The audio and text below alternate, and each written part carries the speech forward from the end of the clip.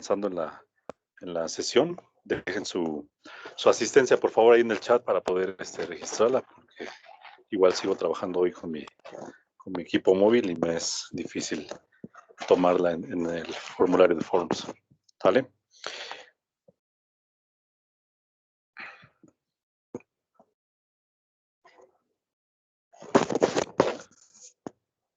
Bueno, muchas gracias.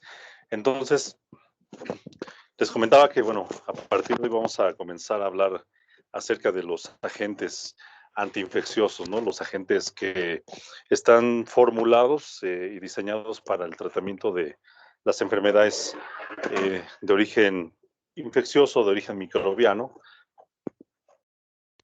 todas aquellas que son, pues, de las enfermedades también más comunes que nos encontramos, ¿no? En la atención a la salud. Y bueno, como objetivos vamos a describir las diferentes clases de medicamentos que se emplean en esta antibioticoterapia o antibioterapia o quimioterapia, también como se le conoce en algunos otros textos, quimioterapia antiinfecciosa. Vamos a evaluar algunos grupos terapéuticos que se emplean en la salud humana. Vamos a describir también cuáles son los mecanismos de acción de cada uno de esos agentes antiinfecciosos y cuáles son las indicaciones específicas para cada uno de ellos, ¿no? Es importante saber que, bueno, pues existe una amplia variedad de agentes antibióticos, de agentes que de acuerdo a su uso, pues pareciera que se podrían utilizar de manera intercambiable y no, vamos a conocer cuáles son las especificaciones. Y bueno, finalmente, pues también mencionar, pues, de qué consideraciones debemos de tomar como profesionales de la salud para cuando estemos en la necesidad de utilizar estos agentes para hacerlo de manera segura y ya sabemos, razonada y efectiva. Y bueno, pues como preámbulo a esta farmacoterapia, pues hemos de hablar un poco acerca de las enfermedades infecciosas, ¿no? Sabemos que son todas aquellas que son transmisibles, que son causadas por agentes biológicos, patógenos, que pueden ser, de acuerdo a su estructura, pueden ser clasificados como bacterias, virus, agentes parasitarios microscópicos, como son los protozoarios, agentes fúngicos o también pues los llamados hongos. Y hay otro grupo de agentes infecciosos que no pertenecen a ninguna de estas clases, que se les llaman priones, que son simplemente proteínas. Proteínas ni siquiera es una célula completa, no es tampoco un virus, solamente es una cadena de aminoácidos, es una proteína que se comporta como un agente infeccioso y provoca disfunción en algunos aparatos y sistemas, principalmente en el sistema nervioso central. Ustedes habrán escuchado quizá alguna vez el término del síndrome de las vacas locas.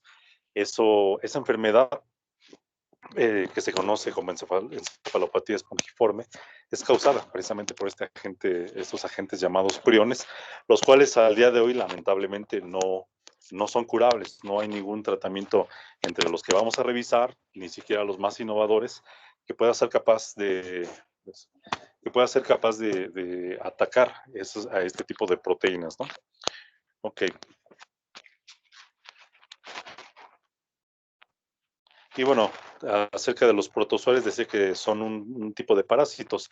Hay otros parásitos más grandes, como son los helmintos, ¿no? Los gusanos, que bueno, no son precisamente los que vamos a abarcar en esta sección, porque pues son todos ellos pues gusanos que parasitan nuestro tubo digestivo y que bueno, sí hay agentes que los van a matar, pero nos vamos a enfocar principalmente en todo lo relacionado a bacterias, virus y algunos hongos y también protozoarios.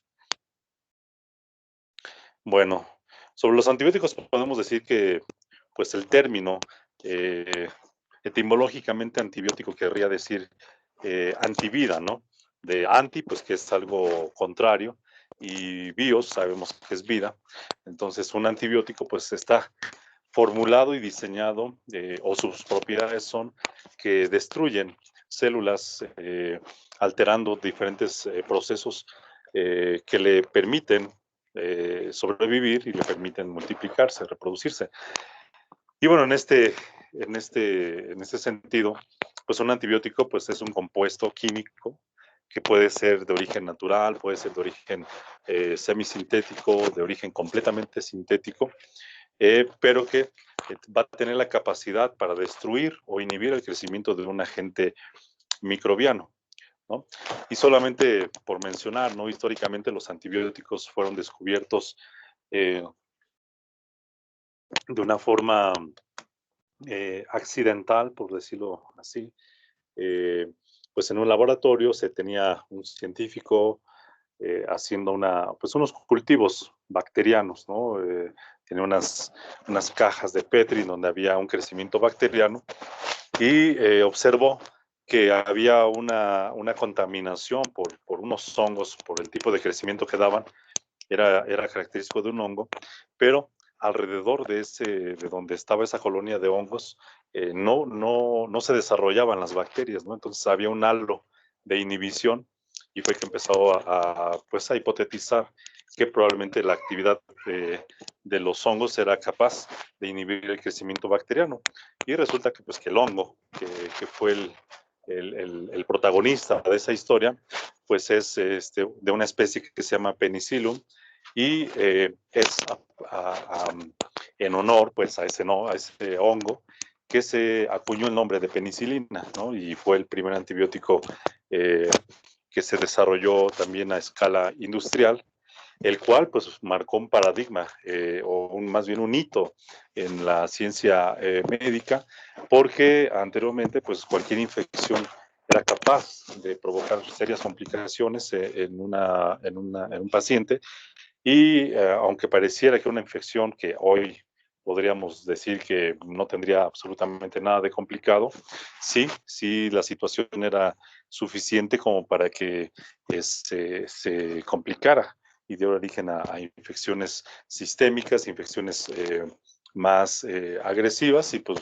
en ausencia de algún tratamiento que erradicara esos agentes, pues bueno, la gente simplemente moría por sepsis o tenían que llegar incluso a las eh, amputaciones de tejidos o extremidades que estaban severamente infectados. Y bueno, estos agentes, de acuerdo a sus diferentes mecanismos de acción, pueden ellos ser efectivos contra ciertos agentes infecciosos patógenos, aunque también es un elemento clave en este tema, que algunos desarrollan lo que conocemos como resistencia microbiana. Muchas personas de repente dicen que la resistencia está en uno, ¿no? Es decir, no, pues que a mí ya no me hace nada la penicilina, o no me hace nada la amoxicilina, o a mí no me hace nada el Bactrim, pero no depende de la persona, depende del agente microbiano. Es decir, la resistencia la adquieren los patógenos. Nosotros simplemente, pues bueno, a veces por el mal uso que hacemos de los antibióticos, al tomar dosis subterapéuticas, al tomar solamente una o dos dosis y con eso nos sentimos un poco mejor, pues ya suspendemos el tratamiento. Si nos mandan 7 inyecciones o más, nos ponemos 3 y ya después no queremos más porque ya se nos quitó la enfermedad.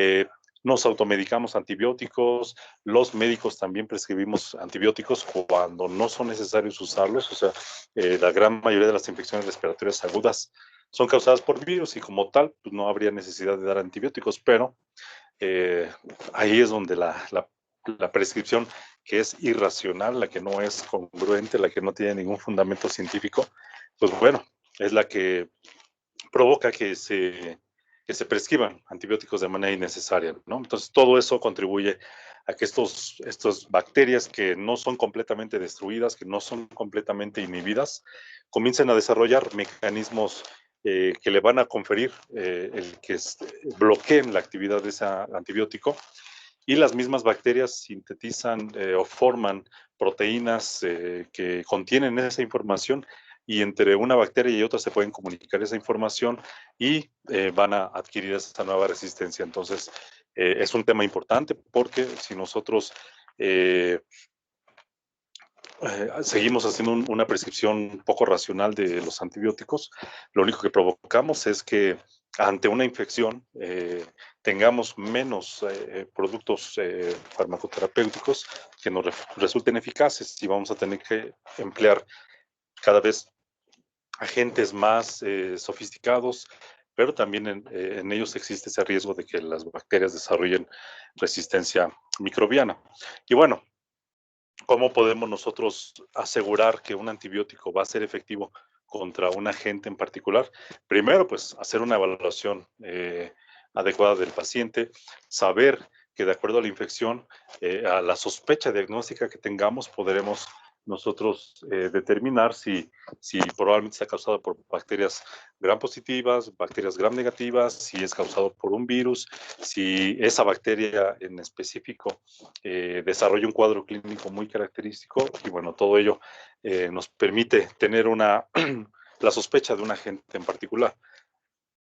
En algunas situaciones llegamos a emplear estudios de laboratorio para poder determinar la causalidad de una enfermedad infecciosa, pero también de manera rutinaria cuando vamos a prescribir un tratamiento con antibióticos o cuando ya finalizó un curso de antibióticos y el paciente simplemente no ha mejorado, podemos recurrir a algo que se llama hacer un antibiograma, ¿no?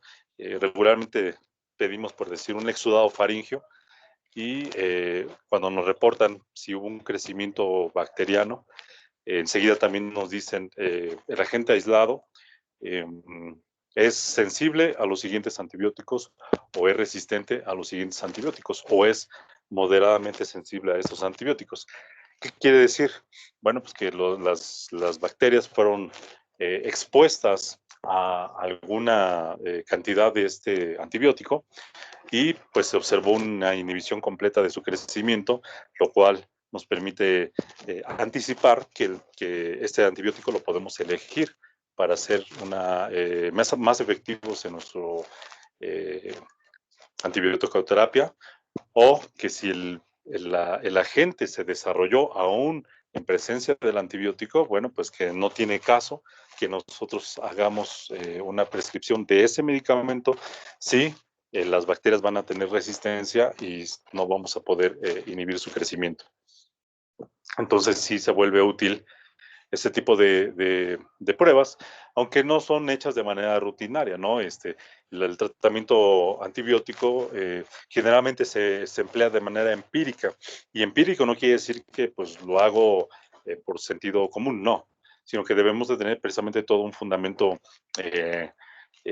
pues amplio del conocimiento de los agentes microbianos, del espectro de la capacidad inhibitoria de los antibióticos para nosotros elegir también alguno adecuado, aun cuando sea de forma empírica, bueno, hacer una elección adecuada de este medicamento. La combinación de estos antibióticos,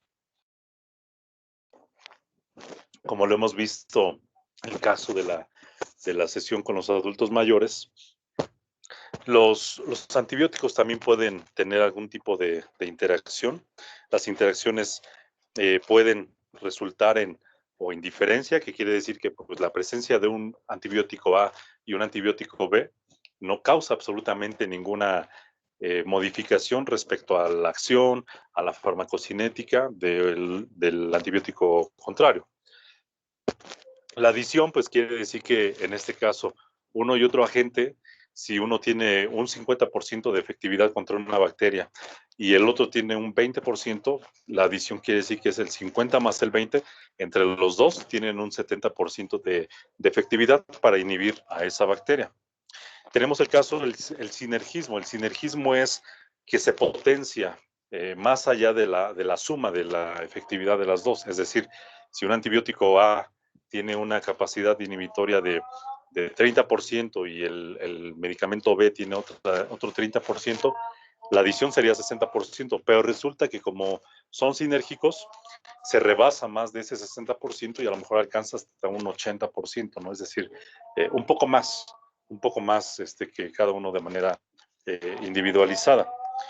Pero también tenemos el antagonismo, y el antagonismo, como lo vimos respecto a las interacciones farmacodinámicas, en el antagonismo, un antibiótico A contra un antibiótico B va a inhibir al otro respecto a su mecanismo de acción o en su farmacocinética, y se van a inhibir entre ellos, se van a bloquear sus acciones, y no va a tener sentido que administremos esos dos antibióticos si solamente uno de ellos va a funcionar, o ni siquiera los dos van a tener capacidad de hacerlo, porque se están antagonizando, están bloqueándose uno al otro.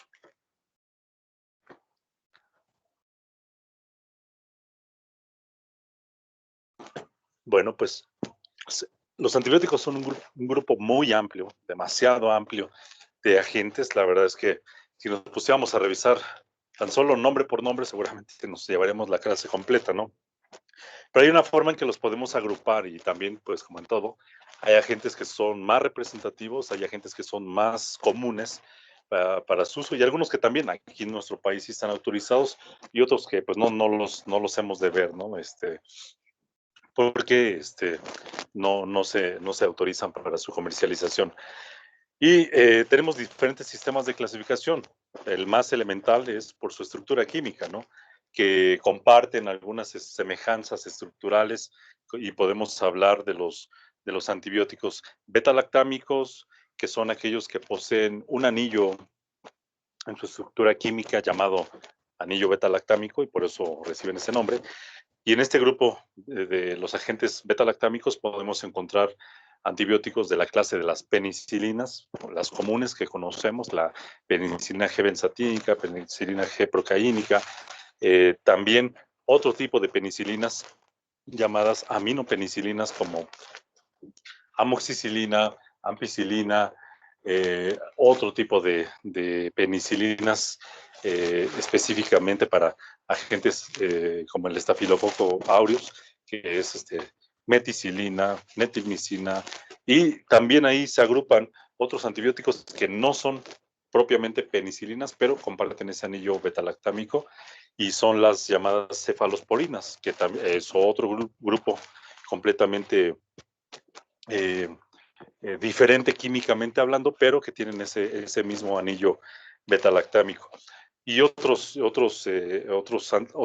productos más, como por ejemplo, han escuchado ustedes que generalmente se combina a la amoxicilina una sustancia que se llama ácido clavulánico o clavulanato de potasio, es lo mismo. Ese agente no es como tal, digamos, un antibiótico, sino es un inhibidor de una enzima bacteriana que se llama beta-lactamasa. Ya vamos a ver de qué se trata, ¿vale? También está incluido en ese grupo. Y bueno, tenemos también por su estructura química a las llamadas tetraciclinas, con las que ya estamos familiarizadas cuando vimos en el foro, ¿no? A esta chica que pues se expuso a tetraciclina, y que pues no teníamos la certeza de si estaba embarazada o no, y conocemos hay algunas contraindicaciones durante el embarazo. Bueno, las tetraciclinas son una forma química de antibióticos. Los aminoglucósidos también es un grupo muy amplio de antibióticos. Muchos de ellos, o la gran mayoría, son parenterales, como la gentamicina, micacina, kanamicina. Hay otros como la streptomicina, que se utiliza en la tuberculosis, como la neumicina, también es un tipo de aminoglucósido, se utiliza por vía oral también. Las quinolonas como la ciprofloxacina, como levofloxacina, moxifloxacino, que vamos a estudiar un poquito más adelante, los glucopéptidos y algunos antibióticos llamados macrólidos. Pero también podemos clasificar a los agentes antimicrobianos como por su espectro antimicrobiano, es decir, hay algunos agentes que son muy específicos para atacar a un grupo muy limitado de bacterias, lo que quiere decir que su espectro es bajo, es reducido. No quiere decir que no sean potentes para esa bacteria en especial, ¿no? Por ejemplo, aquellos antibióticos que son más antiseudomonas, antituberculosos, antiestafilocócicos, antiestreptococos, o sea, no porque sean más exclusivo su uso para este tipo de bacterias, porque tienen mayor potencia para inhibir el crecimiento de estas. Quiere decir que su espectro es reducido, pero no son menos potentes. Si el número de especies bacterianas comienza a aumentar, bueno, pues podemos hablar de un espectro antibiótico intermedio. Pero hay antibióticos que se les llama de amplio espectro, y esto quiere decir que incluya un número amplio de bacterias de diferentes clases, tanto gram positivas como gram negativas, como bacterias aerobias, como bacterias anaerobias, como bacterias incluso agentes que salen de otras clases, o sea, y ataque, tienen algún tipo de actividad contra protozoarios, ¿no? Podemos ahorita por lo pronto mencionar, ¿no? En el caso del metronidazol. Metronidazol es un antibiótico que se utiliza para tratar enfermedades gastrointestinales que pueden causar bacterias gram negativas como E. coli, bueno, Escherichia coli, como Shigella, ¿no? Que son bacterias gram negativas. Pero resulta que el metronidazol también es una mebicida, o sea, y la amiba es un protozoario intracelular, no es bacteria, y sin embargo este agente antimicrobiano tiene esa posibilidad de atacar a estos agentes bacterianos y a este protozoario. Entonces se dice que es de un espectro antimicrobiano amplio. Pero nos encontramos con otro tipo de clasificación respecto a su efecto, ¿no? ¿Cuál es la utilidad última de su uso?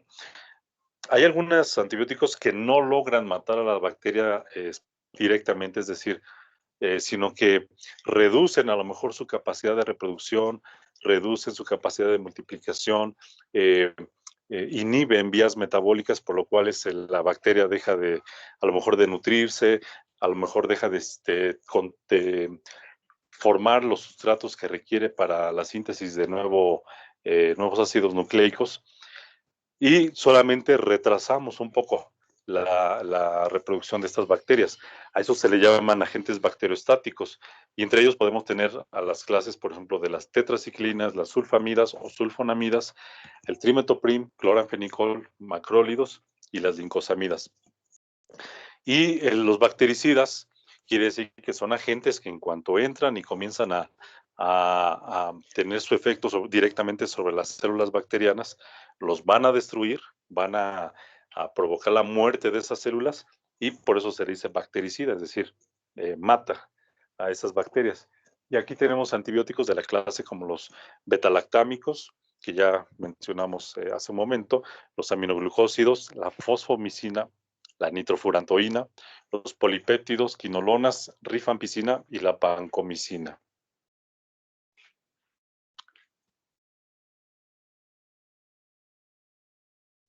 Y una forma quizá más útil, más práctica de poder clasificar a estos agentes tiene que ver con su mecanismo de acción, porque si bien no pertenezcan a lo mejor a la misma clase de antibióticos por su estructura química, por por algún otro tipo de propiedades, sí comparten su mecanismo de acción, es decir, van a tener el mismo objetivo sobre la bacteria, ¿no? Por ejemplo, tenemos un primer mecanismo de acción que tiene que ver con la inhibición de la síntesis de la pared bacteriana. Si ustedes recuerdan en sus clases de biología o de alguna histología o anatomía, primeras sesiones, se habla de la unidad funcional, anatómica y funcional de la vida, que es una célula, ¿no? Y rápidamente, pues decimos que una célula tiene un núcleo, tiene organelos que están ahí distribuidos en el citoplasma, y contiene una membrana que le recubre a su alrededor, que se llama membrana celular, y que esta membrana celular siempre funciona como una barrera semipermeable que va a permitir la entrada o la salida de algunas sustancias a su interior o al exterior. basada en mecanismos de acción, basada en diferencial de concentraciones intracelulares o extracelulares, etcétera, ¿no? Y es una membrana pues, que tiene poros, tiene diferentes elementos acarreadores en la célula, en la membrana para poder facilitar la entrada, ¿no? En algunos procesos de transporte activo se requiere el uso de energía y bueno, siempre existe alguna manera en la que se pueda entrar o salir de esa membrana celular. Pero esa membrana celular tiene una propiedad que es una bicapa lipídica, es decir, tiene la célula humana, por ejemplo, está constituida esta membrana celular por una bicapa lipídica del colesterol, o sea, grasa. Y esto permite pues, que repela el agua y no pueda atravesarla tan fácilmente. Pues bueno, las bacterias tienen una membrana celular, pero también contienen algo que se llama pared celular. Y la pared celular generalmente está constituida por un tipo de sustancia llamada péptidoglicano, y ese es el sitio de acción de esta clase de antibióticos inhibidores de la pared bacteriana, de la síntesis de la pared bacteriana, inhiben precisamente la formación de ese péptidoglicano, inhiben que se incorpore a esa pared bacteriana y pues poco a poco comienza a hacerse menos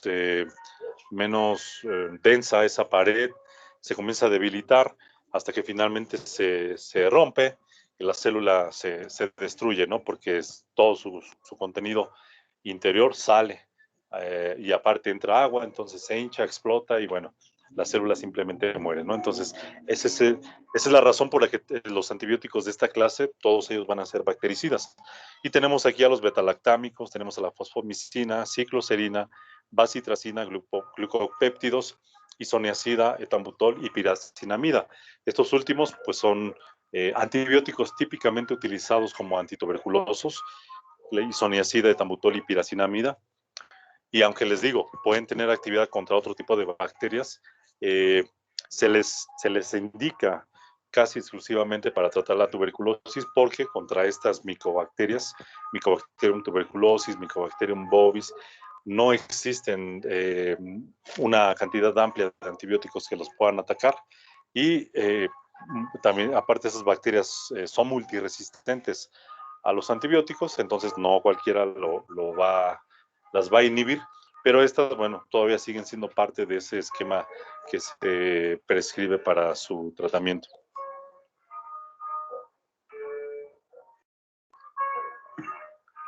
Les decía que aparte de la pared bacteriana, tenemos una membrana celular como la que tenemos en los seres humanos, pero el lípido que contiene es diferente. Entonces, pero sin embargo, pues bueno, estos antibióticos inhiben esta membrana o altera más bien su funcionamiento y permite otra vez que se permeen sustancias en diferente dirección, tanto al interior como al exterior de la célula. Espérenme tantito porque creo que es la hora de que pasa el de los helados. Y bueno, en esta alteración de la función de la membrana celular podemos incluir a antibióticos como la polimixina, la anfotericina B, la nistatina, que no es, la anfotericina B y la nistatina no son precisamente antibióticos antimicrobianos o antibacterianos, perdón, son más bien antimicóticos, es decir, van a ir dirigidos al tratamiento de infecciones por hongos, lo mismo que los imidazoles, la daptomicina y la gramicidina, la gramicidina, perdón. Y tenemos otra clase que son los inhibidores de la síntesis proteica, en este caso,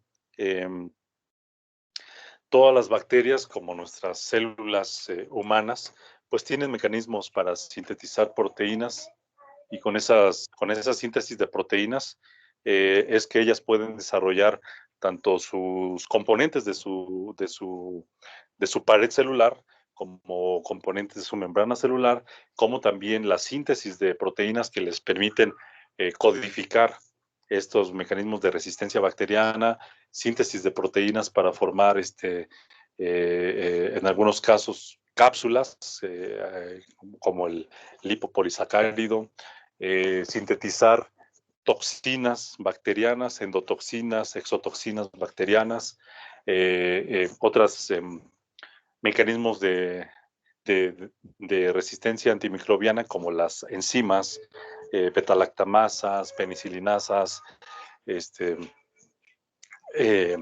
etcétera, ¿no? Entonces, en esa síntesis de proteínas, bueno, pues, los aminoglucósidos, el cloranfenicol, las tetraciclinas, la tigeciclina, los macrólidos, cetólidos o ketólidos, las lincosamidas, isoxasolidinonas, estreptograminas, ácido fusídico, nitrofurantoína y mupirocina van a interferir precisamente en esos mecanismos de síntesis. Y bueno, tenemos a otras, ¿no?, que son capaces de inhibir la síntesis o el funcionamiento de los ácidos nucleicos, ARNA, DNA.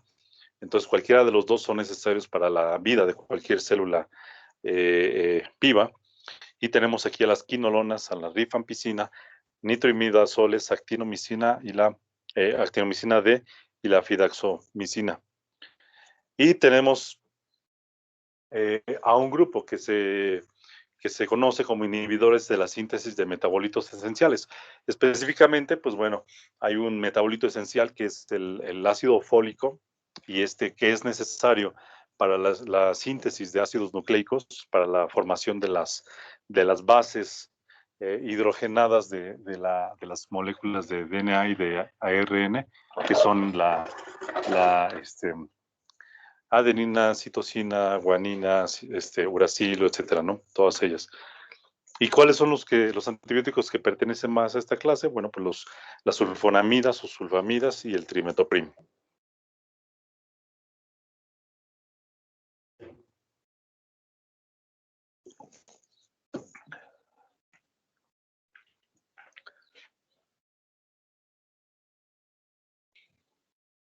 Bueno, miren,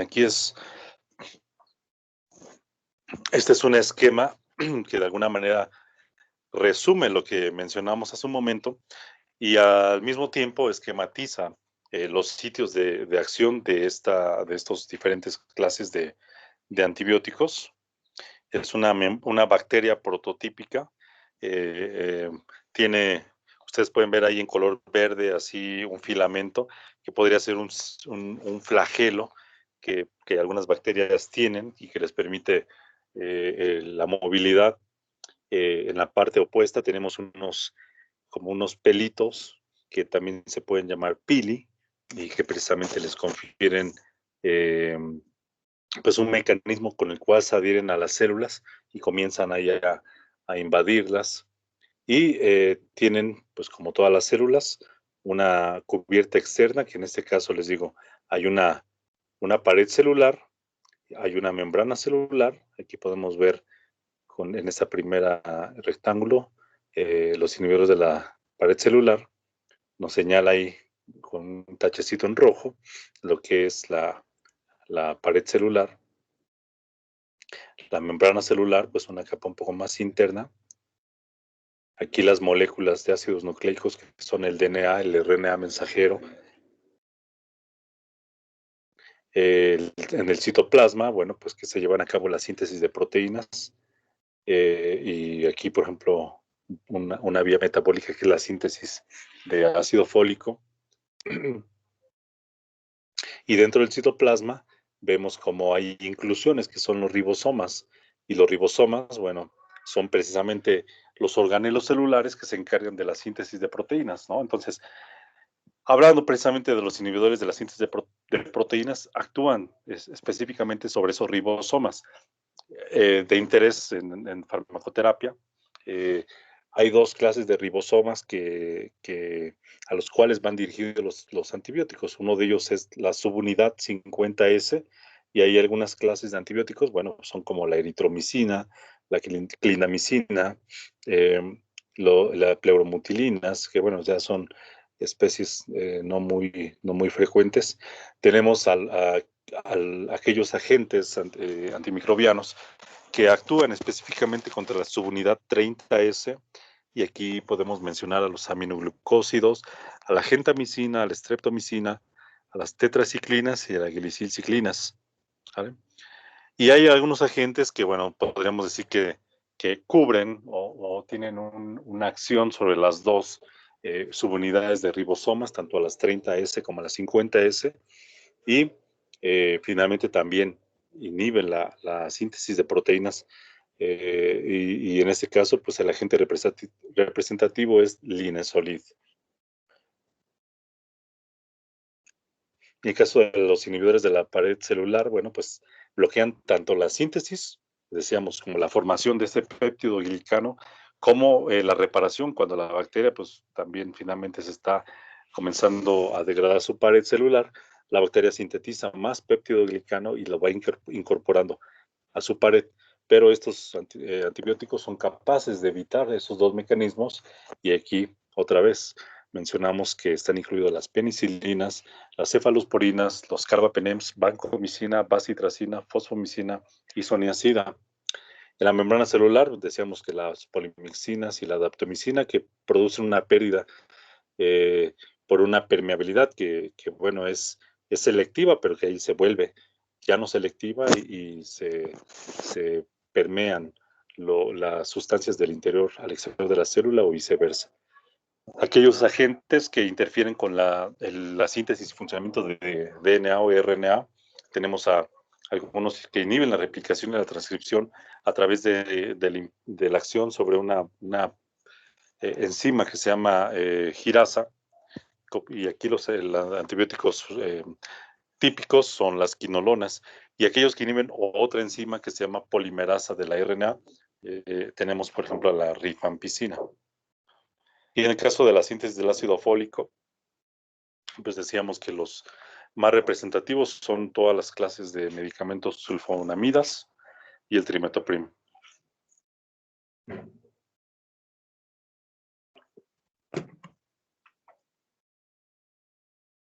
Y bueno, tenemos aquí en un resumen, ¿no? Lo que cada clase de agentes, cuáles son sus medicamentos prototípicos, cuál es su espectro o bacterias que pueden, en los cuales pueden ser útiles y cuál es su mecanismo de acción. Entonces, otra vez, en la interferencia de la síntesis del ácido fólico bacteriano, pues tenemos a la familia de las sulfonamidas o sulfamidas, y algunos ejemplos, bueno, sulfadiazina, pero también el sulfametoxazol, que conocemos más comúnmente, y también está incluida el trimetoprim. No solamente atacas a bacterias, sino también a algunos parásitos, como son el Toxoplasma gondii, Pneumocystis jirovecii, que son responsables de toxoplasmosis. La toxoplasmosis puede ser una enfermedad pulmonar, pero también causar infecciones del sistema nervioso central. Y Pneumocystis jirovecii, pues bueno, es el responsable de causar neumonías pacientes inmunodeprimidos, ¿no? El caso típico, pues aquellos pacientes con una infección por VIH que ya se encuentran en una fase de síndrome de inmunodeficiencia adquirida. En el grupo betalactámico les decía yo que habían penicilinas que son las tradicionales, como la benzilpenicilina, que bueno, su actividad principalmente está dirigida contra bacterias gram positivas y contra algunas gram negativas. Las penicilinas que son resistentes a la penicilinasa, les decía yo, entre los mecanismos por los cuales una bacteria se vuelve resistente a los agentes antimicrobianos, es por el desarrollo de algunas enzimas que hidrolizan e inactivan a los antibióticos. Simplemente cambian, rompen ese anillo betalactámico, el caso de las penicilinas y los que tienen ese anillo betalactámico, o hay algunos que inhiben en el caso de las cefalosporinas tienen un anillo que se llama ácido amino penicilinamico, y también inhiben, o sea, hidrolizan, rompen esa molécula y el antibiótico queda inservible, no hace absolutamente nada. Entonces hay algunas penicilinas, que en este caso como la flucoxacilina, temoxilina, que son resistentes a esta penicilinasa. Se utilizan sobre todo en infecciones por estafilococo, porque esa es de las bacterias que pues, son capaces de sintetizar esas penicilinasas. Penicilinas de amplio espectro como la amoxicilina, la ampicilina, pues tiene ya una cobertura tanto como bacterias gram positivas como en aquellas gram negativas. Penicilinas que son muy útiles en el tratamiento de infecciones por Pseudomonas aeruginosa. Bueno, tenemos especies de gram negativos y sobre todo Pseudomonas aeruginosa, y por ello el nombre, ¿no?, de penicilinas antipseudomonas. Y bueno, tenemos aquí a la piperacilina y a la ticarcilina. El mesilinam y derivados, pipmesilinam, pues bueno, principalmente ataca agentes bacterianos gram negativos. Las cefalosporinas, que les digo, es un grupo muy amplio de antibióticos, algunos muy comunes como el cefaclor, cefadroxilo, cefalixina, ceflixima, cefotaxima, ceftazidima, ceftriaxona, etcétera, que pueden haber tanto en formulaciones orales como parenterales. Son antibióticos de un amplio espectro antibacteriano, tanto cubre bacterias gram positivas como gram negativas. Los carbapenem, bueno, tenemos diferentes agentes como el ertapenem, imipenem, meropenem, doripenem, que pues en nuestro medio es común el imipenem, meropenem, y tienen un amplio espectro antimicrobiano contra bacterias gram positivas y gram negativas. Y los monobactams, que son otra clase como el Astreonam, que tiene pues una utilidad sobre bacterias gram negativas. Todas estas clases que mencionamos inhiben la síntesis de este péptido glicano que es necesario para la formación y reparación de la pared bacteriana. Los glucopéptidos, bueno, ahí están incluidos la vancomicina, ticoplanina, daptomicina, que bueno, principalmente ataca microorganismos gram positivos. También, perdón, que esto debió ser en otra tabla, también inhiben la síntesis de pared bacteriana.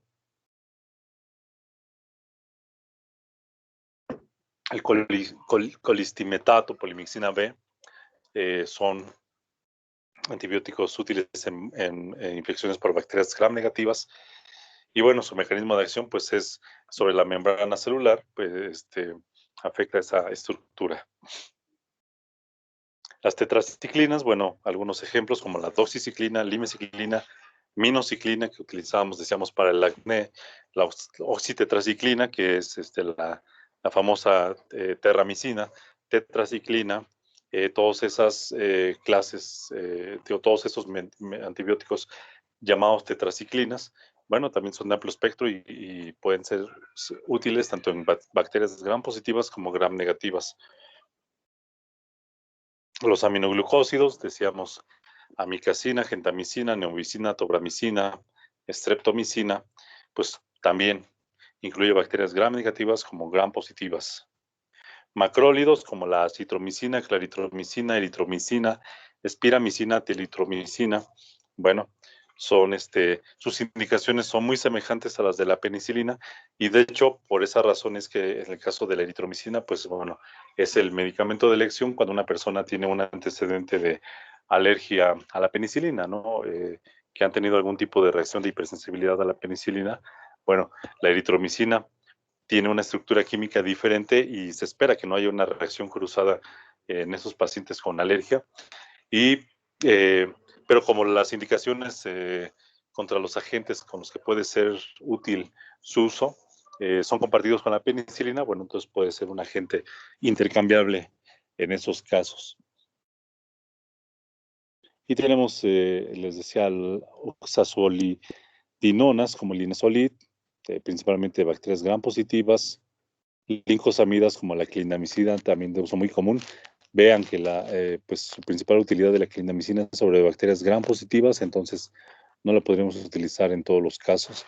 Anfenicoles como cloranfenicol, bacterias gram positivas y gram negativas, solamente que en el caso del cloranfenicol su toxicidad pues, no nos permite utilizarlo de manera amplia. Streptograminas como quinupristina, dalfopristina, principalmente bacterias gram positivas. Todas ellas, bueno, inhiben esta síntesis de proteínas bacterianas, decíamos, sobre las subunidades 50S, 30S que van a inhibir la síntesis de proteínas. Quinolonas, bueno, como el ciprofloxacino, levofloxacino, moxifloxacino, el ácido nalidíxico, aunque no tenga un nombre parecido, pero es una de las quinolonas de primera generación, la norfloxacina o floxacina también. Y pues bueno, son de amplio espectro, también nos sirven para infecciones gram positivas y gram negativas. Su mecanismo de acción pues, es inhibir la síntesis del DNA bacteriano. Y otras clases de antibióticos que pues no están incluidos en ninguna de estos otros grupos, pero que bueno, tenemos como por ejemplo el ácido fucídico que se utiliza para bacterias gram positivas, inhibe la síntesis de proteínas bacterianas por otros mecanismos. La nitrofurantoína, principalmente indicada para infecciones de vías urinarias por bacterias gram negativas como las enterobacterias E. coli, dañan el DNA bacteriano y de esa manera pues impiden su replicación. Metenamina, bueno, igual, infecciones por vías de vías urinarias por bacterias gram negativas. Y bueno, esa es un profármaco de formaldehído, ¿no? Que es tóxico para la célula bacteriana. Profesor, perdón que lo ¿Sí? interrumpa. ¿Dijo que la eritromicina era para los sensibles a penicilina? Para personas alérgicas a penicilina, la eritromicina. Ah, ok, muchas gracias, profe. Por nada. Y bueno, tenemos en primer lugar pues, a los inhibidores de la síntesis de pared celular. Solamente por recordar, agrupa a las penicilinas, a las cefalosporinas, carbapenems, monobactams, inhibidores de beta-lactamasa. Les decía yo que pues químicamente comparten esta estructura básica que contiene un anillo llamado beta-lactámico. Su mecanismo de acción es bactericida, porque inhiben la síntesis de la pared bacteriana, entonces se rompe la célula, sale todo su contenido y se muere la bacteria. Y el único inconveniente, o quizá la vulnerabilidad de los antibióticos que pertenecen a esta clase, es que las bacterias desarrollan mecanismos de resistencia, ¿no? Son estas enzimas llamadas beta-lactamasas o penicilinasas, o tienen otros muchos más nombres, ¿no? Pero todas ellas tienen la propiedad de romper alguna parte de la estructura química de los antibióticos y de esta manera, pues los dejan inutilizados. Y bueno, aquí vemos algunas pautas de dosificación de penicilinas de uso común. Tenemos penicilina G benzatínica, penicilina B, que es igual que la penicilina G en cuanto a su mecanismo de acción. La única diferencia pues, es que la penicilina B se administra por vía oral. Penicilinas antiestafilocócicas, que decíamos específicamente son de mayor utilidad para infecciones por estafilococo dorado, cloxacilina, dicloxacilina, ¿ah? La nafcicilina y la oxacilina. Ahí vienen pues sus esquemas de dosificación. Y en la última columna pueden ver si hay algún ajuste de dosis de acuerdo a la función renal que tenga nuestro paciente. Y las penicilinas de amplio espectro, como la amoxicilina, la combinación con ácido clavulanato o clavulanato de potasio y piperacilina, tazobactam, que son combinaciones que, bueno, para conferirles todavía mayor potencia, mayor actividad antibacteriana. ¿Vale?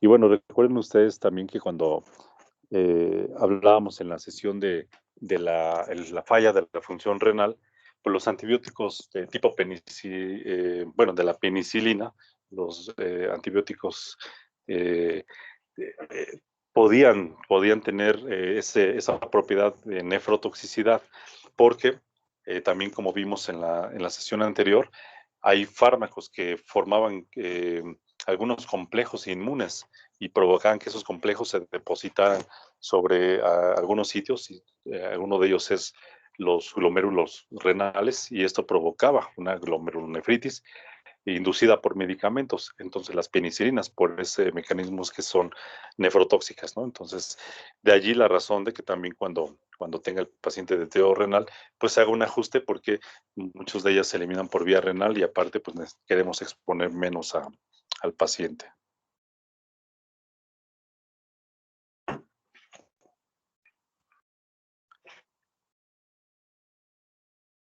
Y bueno, lo que mencionabas, ustedes, bueno, ahorita me escucharon hablar de bacterias gram positivas, bacterias gram negativas. Seguramente ya lo saben, pero solamente para recordar. Gram positivo o gram negativo es el resultado de una técnica de tinción en el laboratorio de microbiología, en donde las bacterias son expuestas a un tipo de tinción especial que se llama tinción de Gram, por el que lo desarrolló, el químico que lo desarrolló, o microbiólogo. Y las bacterias adquieren una coloración en especial, pueden ser algunas colores como rojizas, naranjas, amarillas, otras como azules, moradas, violáceas. Y bueno, acerca de esa tinción que adquieran, es que se les llama gram positiva o gram negativa. La característica, bueno, pues es que cada una de ellas va a tener diferentes mecanismos de patogenicidad, pero también, como lo veíamos hace un momento, también los antibióticos van a tener mayor utilidad sobre bacterias de una clase o de otras basadas en esa tinción de Gram.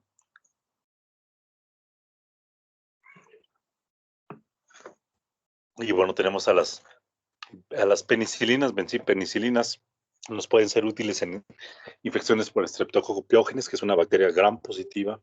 Streptococcus pneumoniae también es gram positiva. Enterococcus fecalis, Neisseria meningitidis. La Neisseria meningitidis, que es un tipo de bacteria que nos va a causar meningitis, ¿no? Bacteriana, por eso su apellido, ¿no? De esta bacteria. Neisseria gonorrea, bueno, que es responsable precisamente de la infección de transmisión sexual llamada gonorrea, siempre que sea sensible a la penicilina, porque les digo, ya las bacterias se van haciendo resistentes y puede ser que la infección no la podamos tratar fácilmente con este antibiótico. Y Staphylococcus aureus también es una bacteria gram positiva que bueno, Staphylococcus, especies de estafilococo que no produzcan penicilinasas. Puede haber algunos que no tengan esa propiedad, pero la gran mayoría del estafilococo pues sí lo va a producir las penicilinasas.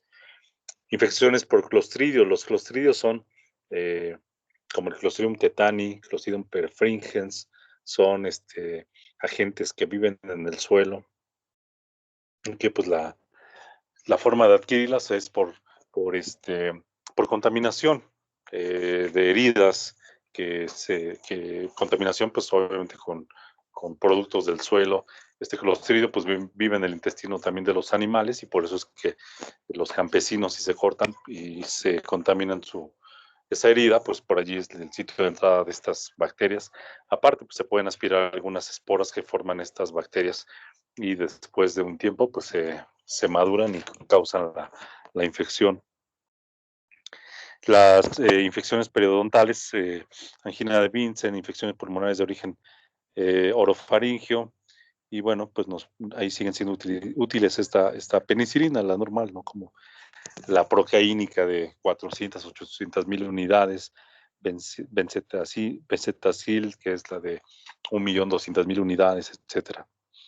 Y también se utiliza como profilaxis, porque bueno, hemos de saber que no todos los antibióticos se van a utilizar eh, como terapia de una infección, sino también se pueden utilizar como un tratamiento preventivo, ¿no? Como una profilaxis, por ejemplo, en el caso de infecciones por Clostridium, pero también es muy común verlo en la práctica en pacientes que tienen fiebre reumática. La fiebre reumática es una enfermedad provocada como complicación tardía de infecciones por Streptococcus piógenes, Streptococcus piógenes, que es una bacteria gram positiva que nos causa faringoamigdalitis aguda, causa en los niños la escarlatina o la fiebre escarlata, causa infecciones de la piel que se conocen como impétigo, como erisipela, forman pus, por eso se le llama a esta bacteria Streptococcus piógenes, o sea, piógenes quiere decir que forma pus.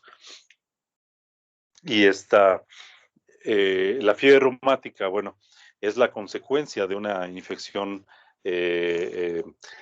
una faringoamigdalitis estreptocócica no tratada o tratada inadecuadamente. La bacteria, bueno, se cronifica y después nuestro sistema inmune reconoce como extrañas las proteínas que que forman parte de nuestros tejidos. ¿Por qué?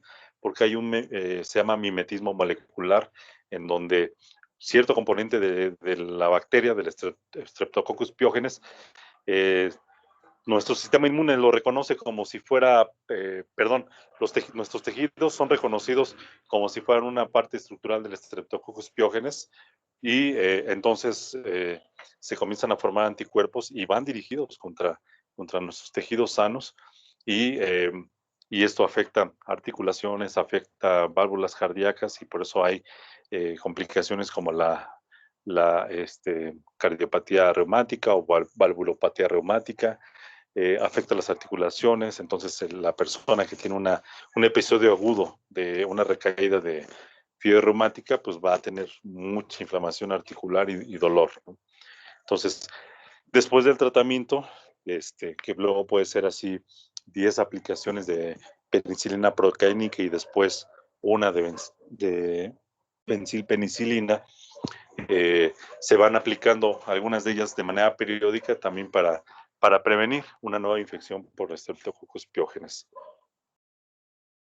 Alquilpenicilinas, bueno, tenemos pues el tratamiento de faringitis, infecciones orales leves, infecciones leves de tejidos, en otros tejidos como los blandos, ¿no? Isoxazolpenicilinas, bueno, infecciones producidas por Staphylococcus SPP, quiere decir por varias especies de Staphylococcus, no todos son Staphylococcus aureus, también hay Staphylococcus epidermidis, Staphylococcus saprophyticus, que viven sobre nuestra piel y que nos pueden causar algunas infecciones, no todas ellas piógenas, no todas ellas con pus, pero de todas estas especies de Staphylococcus, el de más interés clínico es el Staphylococcus aureus, porque aparte de tener esos mecanismos de sintetizar penicilinasas, aparte, pues pueden causar infecciones más invasivas, ¿no? Causar neumonías, etcétera, ¿no? Septicemia, etcétera. Y tienen muchos mecanismos patógenos, ¿no? Sintetizan endotoxinas, causan complicaciones como síndrome de la piel escaldada, etcétera.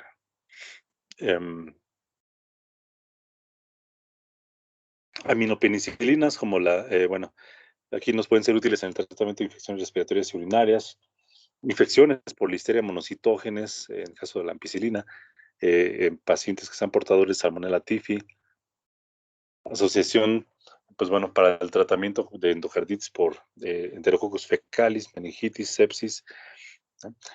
Por ejemplo, a nivel hospitalario, cuando un paciente se encuentra con una neumonía o una sepsis o septicemia, o una meningitis, alguna infección que sea muy grave, el tratamiento antes de que podamos aislar al agente causal, porque se tienen que hacer cultivos de todas las secreciones, ¿no? Hemocultivos, urocultivos, cultivos de herida, cultivos de otros tipos de tejidos, y en tanto tenemos ya algún resultado de una prueba que nos indique cuáles son las bacterias o bacterias que están causando esa infección, se tiene que iniciar un tratamiento empírico. Y en esos casos, bueno, pues se hace la combinación. Por ejemplo, a veces se utiliza así la ampicilina o la amoxicilina con otro tipo de antibióticos, por ejemplo, aminoglucósidos, se sinergiza su espectro antimicrobiano y lo mantenemos así hasta que nos reporten, y ya se hacen los ajustes que sean necesarios para elegir un tratamiento más dirigido.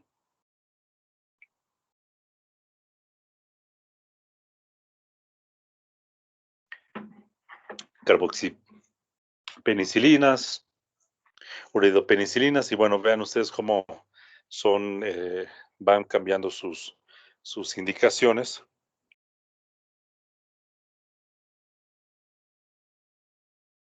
Y bueno,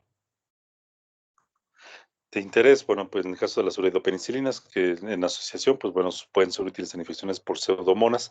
Pseudomonas aeruginosa es una bacteria también de mucho interés, sobre todo a nivel hospitalario, porque es una bacteria residente de medios hospitalarios, que es poliresistente o multiresistente a los antibióticos. Entonces, si se contamina una persona con pseudomonas, bueno, es sumamente complicado tratarlos porque ya son resistentes a prácticamente todos los antibióticos disponibles dentro de ese hospital. Entonces hay que hacer muchas pruebas moleculares sobre el agente aislado para ver si se puede observar la sensibilidad a algún específico para poder erradicar esa infección.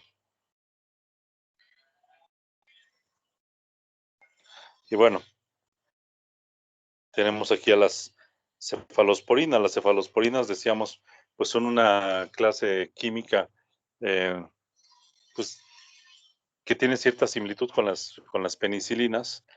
Y bueno, en estas cefalosporinas se distinguen diferentes grupos que se les llaman generaciones, ¿no? Primera generación, segunda generación, tercera y cuarta generación. Y otras combinaciones, por ejemplo, de cefalosporinas con inhibidores de estas beta-lactamasas o cefalosporina beta-lactamasas y carbapenems y los glucopéptidos, ¿no? Y bueno, ahí vemos, les digo, sus diferentes esquemas de dosificación, sus ajustes de dosis de acuerdo a la función renal y también la dosis que se utiliza en pediatría.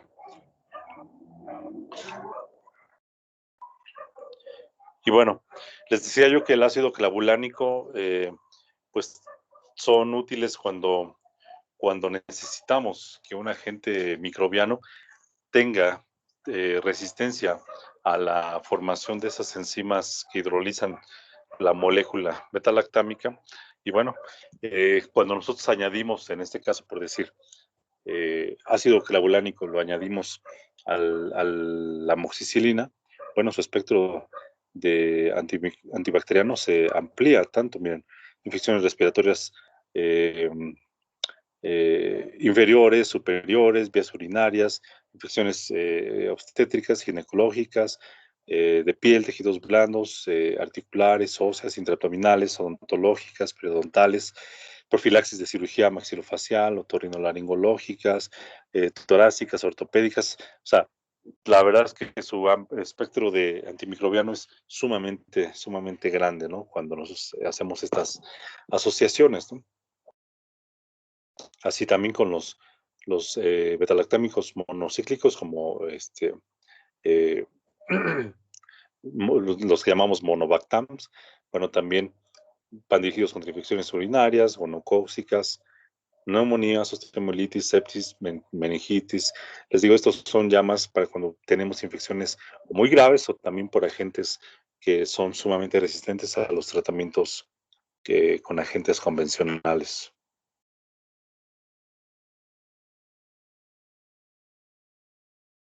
Cefalosporinas, bueno, veamos aquí la primera generación, pues bueno, principalmente va a ser de utilidad cuando tengamos infecciones pues de leves a moderadas que pueden sí, a lo mejor adquirirse de manera fuera del hospital, piel, tejido blandos, faringoamigdalitis streptocócica, o sea, sí nos pueden servir para infecciones de vías respiratorias, neumonías adquiridas en la comunidad, en donde hay pues poca incidencia de Streptococcus pneumoniae y a lo mejor nos los causó otro agente, eh, o en aquellas bacterias que no sean resistentes a penicilina, infecciones urinarias, y también se utiliza como prevención en procedimientos limpios o limpios contaminados, ¿no? Procedimientos quirúrgicos, ¿no? Segunda generación, pues infecciones leves a moderadas, también extrahospitalarias, lo mismo, ¿no? Infecciones respiratorias, etcétera. Pero bueno, también aquí se agrega, por ejemplo, exacerbaciones de pacientes con enfermedad pulmonar obstructiva crónica. Tercera generación, pues bueno, ya empieza a ser más útil en procedimientos, en enfermedades más complicadas como bacteriemia, neumonías, infecciones urinarias, pero ya complicadas como la pielonefritis, meningitis bacterianas, infecciones por pseudomonas aeruginosa, que decimos que es multiresistente, infecciones en pacientes neutropénicos, es decir, pacientes en los que sus glóbulos blancos están completamente bajos y que pues tienen fiebre y en tanto se aísla, o más bien, aunque ya se aísle el agente, la neutropenia pues no tan fácilmente nos permite tratar la infección. Coco, chancro blando, la ceftriaxona nos puede ser útil en chancro blando, perdón, la fiebre tifoidea, enfermedad de Lyme, que es una enfermedad causada por un tipo de espiroqueta, unas bacterias muy específicas, endocarditis estreptocócica, amiloidosis, cuarta generación, infecciones nosocomiales graves, piel y tejidos blandos, sepsis, infecciones en pacientes neutropénicos, neumonías, infecciones urinarias complicadas, pielonefritis, otra vez, ¿no? Situaciones ya más delicadas. Quinta generación, también infecciones nosocomiales graves, neumonías, ¿vale? Y los carbapenem, que bueno, les digo, o sea, tratamientos empíricos de neutropenia febril, meningitis por bacterias gram negativas, infecciones hospitalarias por microorganismos que son multiresistentes y que, bueno, que sean sensibles a estos carbapenems, infecciones por microorganismos productores de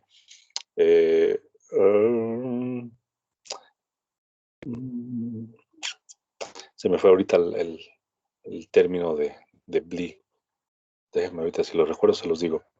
Y las infecciones graves que sean polimicrobianas. Entonces les digo, sus espectros de antimicrobianos son más amplios, pueden ser útiles mucho en infecciones graves y por ello pues deben de ser exclusivamente empleados bajo estas condiciones. Si no, mejor utilicemos antibióticos de clases más comunes. Y bueno, los inhibidores de la síntesis de proteica, los aminoglucósidos, tenemos, decíamos, como alguno de estos representantes. Los aminoglucósidos, bueno, pueden ser también productos naturales, pueden ser semisintéticos y se obtienen a partir de otro tipo de agentes bacterianos que se llaman actinomicetos. Perdón, son hongos, los actinomicetos. También se obtienen a partir de ahí estos antibióticos aminoglucósidos. Su mecanismo de acción, ya lo habíamos mencionado, consiste en inhibir la síntesis de proteínas bacterianas, por lo tanto su efecto es bactericida. No se absorben adecuadamente por vía gastrointestinal, por ello, y bueno, y se eliminan por vía renal. Y les decía, pues muchos de ellos su formulación son para administración parenterales, ya sean intramusculares o intravenosos. Como clase de antibióticos, y esto hasta puede ser pregunta de examen, los aminoglucósidos tienen esa propiedad nefrotóxica y ototóxica, por lo cual debemos de monitorear, ¿no? Su uso, sobre todo en pacientes pediátricos, ¿no? Y en pacientes obviamente que ya tengan algún daño renal y pacientes que tengan ya una disminución del oído, debemos evitarlo, ¿no? Si un paciente, por decir, ya tiene la pérdida auditiva de un lado del oído y el otro está conservado, a manera de conservación de la función auditiva, bueno, pues deberíamos elegir un antibiótico de una clase distinta.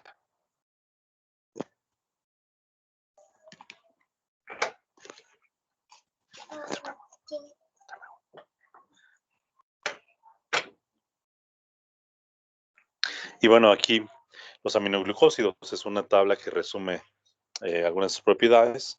Otra vez nos indica que son inhibidores de la síntesis de proteínas bacterianas, son bactericidas, su absorción gastrointestinal es sumamente baja, vean, menos del 1%, por eso les digo, se desarrollan las formulaciones parenterales y algunos otros aminoglucósidos como decíamos la neumicina, se administran por vía oral, no porque se vayan a absorber sistémicamente, sino porque lo que se busca es que actúen a nivel de tubo digestivo, porque allí, mientras no se absorban, todas las bacterias que estén alcanzadas en el tubo digestivo, en la luz intestinal, específicamente por estos agentes, las van a destruir. Y bueno, aquí lo dice precisamente, ¿no? La administración oral es utilizada solo para propósitos de descontaminación intestinal o para aquellos agentes que tienen un sobrecrecimiento en la luz intestinal. Tienen poca penetración en el líquido cerebro cefalorraquídeo. Su eliminación es renal. Tienen nefrotoxicidad y otoxicidad asociadas. A nivel, dañan precisamente esos componentes del oído interno que son la cóclea y el vestíbulo. Y también pueden producir bloqueo neuromuscular. Y tenemos algunos agentes representativos, por ejemplo, la gentamicina.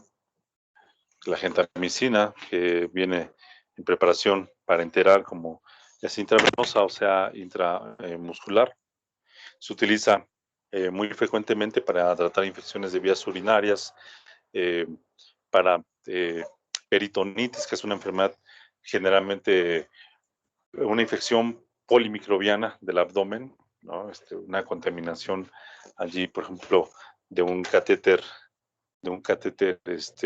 Tenkov, ¿no? En pacientes que se encuentran dializados, en heridas penetrantes del abdomen, en perforaciones intestinales, etcétera, todo aquello donde pueda haber múltiples agentes bacterianos pueden causar esta peritonitis y la gentamicina es útil allí. La endocarditis infecciosa, bueno, pues en combinación con algún otro antibiótico que tenga en su mecanismo de acción la inhibición de la síntesis de la pared bacteriana. La peste, la peste que es causada por un agente llamado Yersinia pestis, la tularemia, que también son infecciones no muy fáciles de tratar, bueno, puede ser útil ahí la gentamicina. Y tiene buena actividad contra enterobacterias, decíamos, bacterias gram negativas como Escherichia coli, Shigella, Pseudomonas. Tiene alguna actividad moderada contra Neisseria meningitidis, Neisseria gonorrea, Haemophilus y Moraxella. Algunas de ellas, bueno, responsables precisamente de infecciones respiratorias agudas, ¿no? Su actividad es sinérgica, como lo veíamos en unas primeras diapositivas, es decir, se van a potencializar su efecto cuando se combina con un agente beta-lactámico, ¿no? Alguno que inhibe la síntesis de pared celular y eso le confiere un espectro mucho más amplio, ¿no? Veíamos ahí les decía, en el caso de la ampicilina, que podría ser un antibiótico que pues ya no es tan útil como monoterapia, porque pues muchas bacterias van a hidrolizar la molécula y lo van a dejar inactivo. Pero si se combina, por ejemplo, con aminoglucósidos, bueno, el efecto de ambos productos se vuelve muy, muy potente.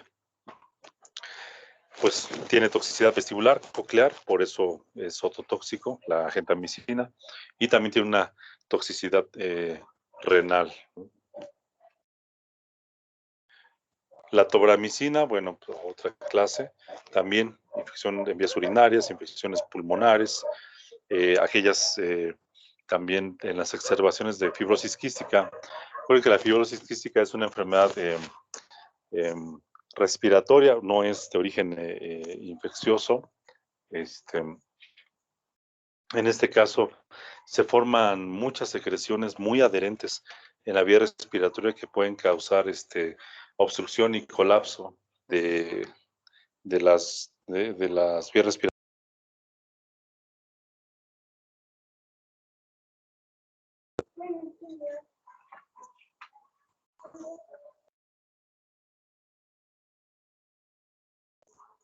Perdón. Y bueno, obstruye las vías respiratorias y aparte, pues toda esa secreción, pues es un medio de cultivo donde muchas bacterias, como no se pueden expectorar todas esas secreciones, comienzan a colonizarse por bacterias y comienzan a causar infecciones, ¿no? Entonces allí puede ser útil la tobramicina.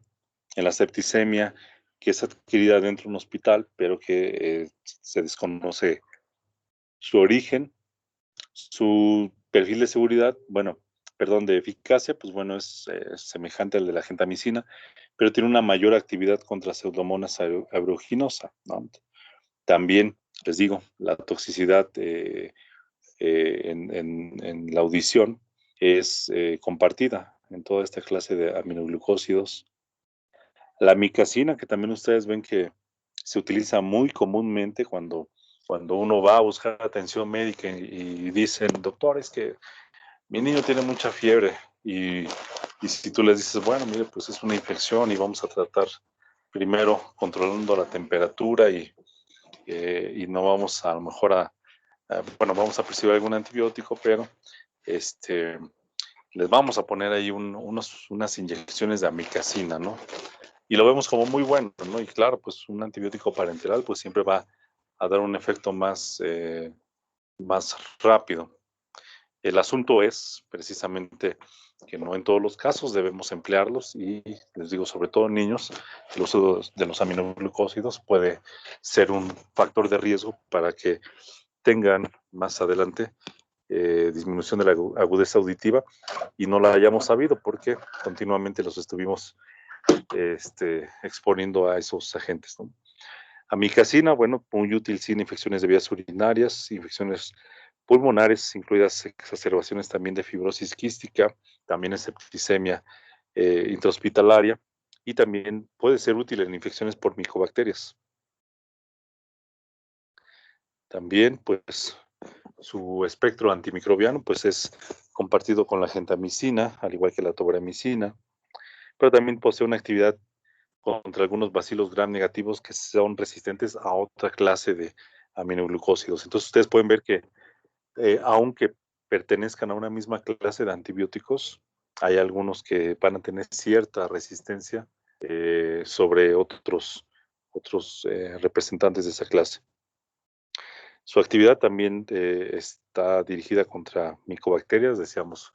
Micobacterias, pues son las responsables principalmente de dos enfermedades de interés que son la tuberculosis pulmonar y la lepra, ¿no? La tuberculosis pulmonar, pues la causa especies de micobacterias como Mycobacterium tuberculosis, Mycobacterium bovis y la lepra, pues así se llama la bacteria, Mycobacterium lepra. Y también tiene toxicidad coclear, ¿no? O sea, a nivel de oído. La streptomicina, bueno, puede ser útil en endocarditis, cuando se combina, o sea, una infección grave, que es pues, una infección del corazón, y pues aquí vamos a hacer una combinación con otro agente beta-lactámico. También es útil en la tuberculosis, les digo, la streptomicina, de hecho, se indica también como antituberculoso. En la peste, tularemia. Y su actividad, pues bueno, va a ser similar a los que hemos visto eh, en esta aminoglucósidos. También contra algunos enterococos que son resistentes a gentamicina. También, bueno, decimos la actividad contra Mycobacterium tuberculosis y tiene esa misma toxicidad en el oído.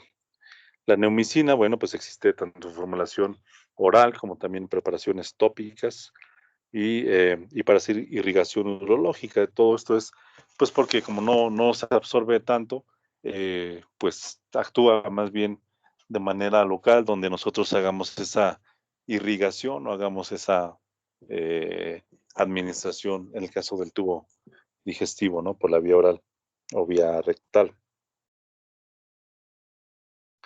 Y puede ser útil, obviamente, si lo aplicamos sobre la piel a través de alguna crema, algún ungüento que contenga neumicina, pues bueno, va a atacar infecciones superficiales. Y se utiliza como una preparación para procedimientos de cirugía intraabdominal cuando se van a manipular los intestinos. Previamente se tiene que administrar neumicina para inhibir el crecimiento bacteriano, como irrigación en la vejiga. Y su espectro antibiótico pues es semejante a la gentamicina, pero no se utiliza de manera sistémica, solamente de manera tópica. Y bueno, ahí En cuestión de seguridad puede causar algún salpullido sobre la piel. La paramomicina, bueno, también está para vía oral, vía intramuscular, tópica. Nos es útil en infecciones por criptosporidia, amibiasis intestinal, leishmaniasis, y vean que, bueno, siendo un antibiótico de la clase de los aminoglucósidos, la amibiasis intestinal y la leishmaniasis son dos clases de enfermedades causadas por protozoarios, ¿no? En el caso de la amibiasis, bueno, pues sabemos que la adquirimos por una contaminación en agua, a lo mejor en alimentos, por consumo de productos de origen del mar, no cocinados. Podemos estar adquiriendo infecciones por amibas, ¿no? Amiba de vida libre también, cuando nos metemos al mar, cuando nos metemos a algún lugar donde nos sumerjamos en agua, podemos adquirir esta infección por amibiasis. La leishmaniasis, bueno, pues es una enfermedad tropical, es una enfermedad causada por un protozoario y causa una enfermedad invasiva, destruye tejidos, afecta, causa infecciones sistémicas y bueno, es bastante complicada, ¿no? Leishmaniasis mucocutánea, ¿no? Puede causar diarrea, puede causar náusea, vómitos. Se utiliza como en forma intramuscular la paramomicina para leishmaniasis visceral y de uso tópico para leishmaniasis mucocutánea.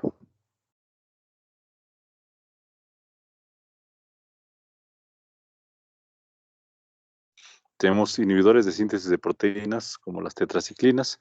Son antibióticos que resultan bacteriostáticos, son de amplio espectro.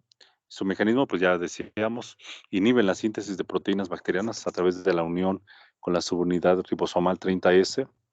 Y su espectro antibacteriano, pues también es amplio, tanto bacterias gram positivas como gram negativas, bacterias anaerobias, rickettsias, clamidias y micoplasmas. Y bueno, pues aquí tenemos algunos agentes representativos como la tetraciclina, Y ahí es la donde aparece.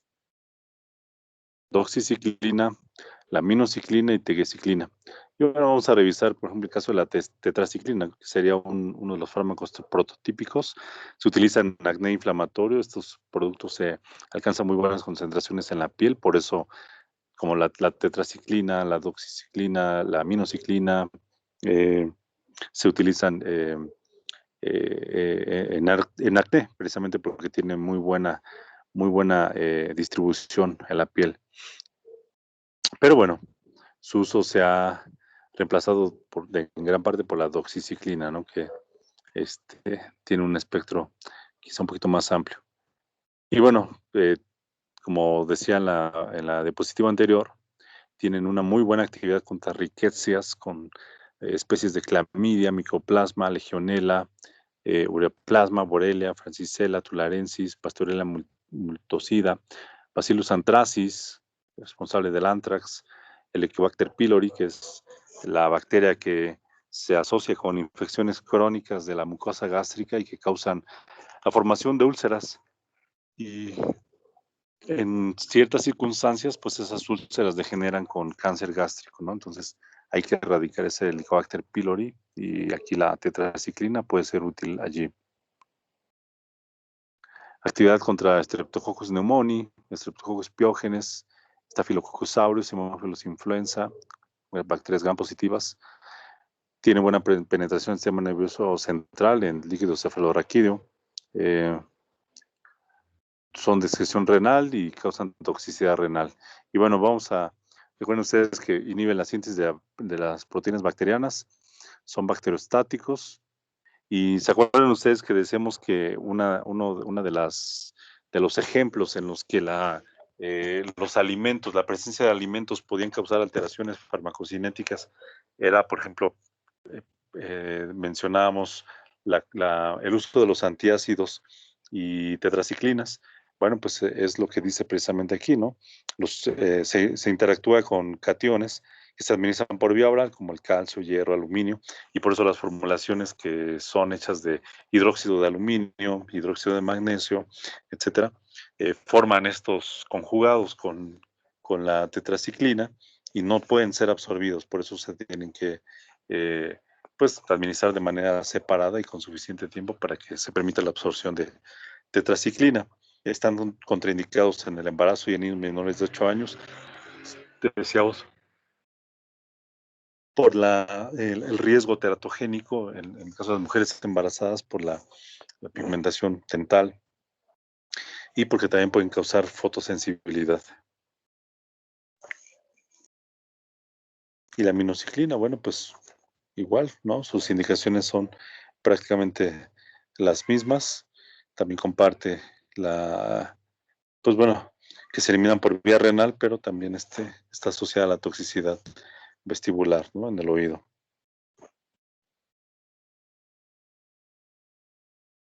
Hay otra clase de inhibidores de síntesis de proteínas, como aquí están incluidos los antibióticos macrólidos y los cetólidos. Son bacteriostáticos, son ampliamente distribuidos entre los tejidos, pero a diferencia, por ejemplo, de las tetraciclinas, no tienen muy buena distribución en el líquido cefalorraquídeo o líquido cerebroespinal, que es lo que quiere decir aquí el CSF. Causan dolor gastrointestinal, tienen esas reacciones adversas de poca tolerancia gastrointestinal. Está asociada a la prolongación del intervalo QT. El intervalo QT, pues es un parámetro que podemos nosotros obtener a partir de un trazo electrocardiográfico, ¿no? Y esa es una de las razones por las cuales no está contraindicada, no está indicada la acitromicina como un tratamiento que pueda ser prolongado y de hecho, ¿no? Lo ideal sería también que si un paciente tiene algún problema de esa prolongación del intervalo QT, pues que bueno, no reciba tratamiento con esta clase de antibióticos. Y seguramente ustedes, bueno, han escuchado que entre los recursos terapéuticos para el tratamiento de COVID está incluida la citromicina. Pues bueno, en primer lugar vemos que es un antibiótico, ¿no? Que su mecanismo es inhibir un proceso de síntesis de proteínas bacterianas. Nada tiene que ver absolutamente con los virus. Pero a nivel de laboratorio básico, de ciencias básicas, se ha observado un cierto efecto inhibidor sobre algunas especies de virus. Y a partir de allí es que alguien dijo, bueno, pues a lo mejor es útil aquí en el COVID, ¿no? Y de allí, pues bueno, se extendió su uso de manera irracional porque la verdad es que no está autorizado, no está recomendado, no tiene ninguna utilidad para el COVID y se sigue dando, se sigue dando. Y ¿por qué razón es que se descontinuó o se desaconsejó por las autoridades sanitarias para el tratamiento de COVID? Bueno, pues porque se estaba utilizando de manera irracional, generalizada, y resultaba que pues se comenzaron a presentar casos de pacientes que tenían complicaciones cardiovasculares mortales como arritmias, como bloqueos cardíacos, y era porque pues, nadie se ponía a revisar un electrocardiograma antes de tratar al paciente y pues comenzaba a ampliar más ese intervalo QT, ¿no? Entonces, es algo que tenemos que estar vigilando cuando usemos esos antibióticos. Y bueno, pues también son inhibidores del citocromo P450. Lo es la eritromicina, claritromicina, telitromicina y en menor grado la citromicina. Y decíamos que si eran inhibidores del sistema enzimático del citocromo P450, lo que vamos a provocar es que medicamentos que deben de ser metabolizados por esas vías aumenten sus concentraciones, aun cuando nosotros estemos dando dosis terapéuticas y eso, pues bueno, les puede causar reacciones adversas a nuestros pacientes. Y bueno, la eritromicina, pues existen formulaciones intravenosas, formulaciones por vía oral, formulaciones tópicas también, y están, les decía en un principio, ¿no? Que tiene una cobertura de bacterias muy semejante a la penicilina, por ello puede ser o es la primera elección si una persona es hipersensible o alérgica a la penicilina. Y vemos como también es útil en el caso de erisipela, celulitis, que son infecciones de tejidos blandos, la oftalmia neonatal, la difteria, la tosferina, que bueno, ya no son tan comunes, pero sin embargo puede ser útil allí. De hecho, si ustedes tienen un paciente con tosferina, el tratamiento de elección debería de ser con eritromicina, ¿no? Niños que tienen esa famosa tos de perro o tos de foca que tosen y es una tos, como se dice clínicamente, ¿no? Es disneyizante, cianotizante, es decir, al niño le provoca dificultad para respirar y aparte lo vemos que se pone moradito. Ese tipo de tos podría estar causada por tosferina, ¿no? Por una bacteria llamada Bordetella pertussis y allí es muy sensible a la eritromicina. También tiene buena actividad contra micoplasma, clamidia, legionela, campylobacter, que son responsables de infecciones respiratorias en el caso de micoplasma, pneumoniae, clamidia, campylobacter, yeyuni, infecciones gastrointestinales, Bordetella pertussis, la que decimos que es responsable de la tosferina, Corynebacterium difteria, pues bueno, la que nos provoca precisamente la difteria. Tiene alguna actividad contra Streptococcus pneumoniae, Streptococcus pyogenes, Haemophilus influenza, todas ellas causantes de infecciones respiratorias agudas, y las formulaciones orales tienen una absorción variable. Y aquí, pues sí, ustedes pueden ver que existen, ya la regué, que existen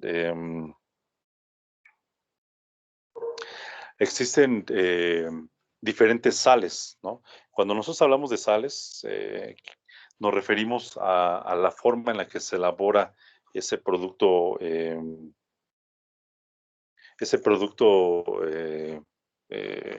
medicamentoso. Por ejemplo, el caso de la eritromicina. Si ustedes se ponen a revisar la etiqueta del producto, pueden ver que dice este arato de eritromicina, etilsuccinato o succinato de eritromicina, y eso a eso se refiere que tienen una sal diferente. Y algunas de ellas se absorben muy bien, otras su absorción es muy errática, muy inconstante, y pues las concentraciones plasmáticas pues también van a ser muy diferentes según la sal que nosotros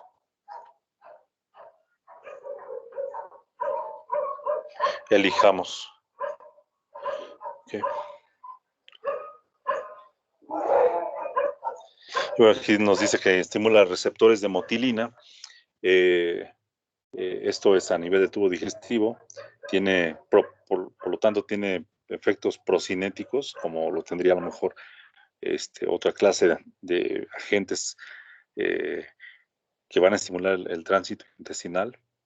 Y bueno, a largo plazo puede causar hepatitis colestásica. Se me estaba pasando por aquí el cloranfenicol. El cloranfenicol también decíamos que inhibe la síntesis de proteínas, pero que no pertenece a estas clases de macrólidos, aminoglucósidos, etcétera. Y el cloranfenicol, bueno, pues existen formulaciones intravenosas, formulaciones orales. Aquí en México, pues sí es muy común todavía verlo, pero es muy tóxico. Por eso solamente se utiliza en ciertas circunstancias. Es útil en infecciones por riquecias, por meningitis bacteriana, y bueno, precisamente por su toxicidad que es muy alta, se tiene que reservar como un tratamiento alternativo. Tiene muy buena actividad contra Streptococcus pneumoniae, Haemophilus influenza, Neisseria meningitidis, riquecias, Vibrio, Enterococcus. Sus concentraciones, bueno, pueden ser variables debido a la eliminación del profármaco. Recuerden ustedes que un profármaco es una sustancia que es una sustancia que se administra en una sal, en una forma química, pero una vez que llega al torrente sanguíneo, sufre un proceso de biotransformación y resultado de ello se forman metabolitos activos. En este caso, cuando se trata de un profármaco, el profármaco normalmente es inactivo. Después de la biotransformación se vuelve activo y ese es quien ejerce el mecanismo de acción. Hay metabolitos que son inactivos, hay metabolitos que son incluso tóxicos, pero también en el desarrollo de medicamentos, pues siempre se trata de investigar que no se generen esos metabolitos y a veces por eso se eligen solamente una parte de la molécula que tiene la actividad farmacológica.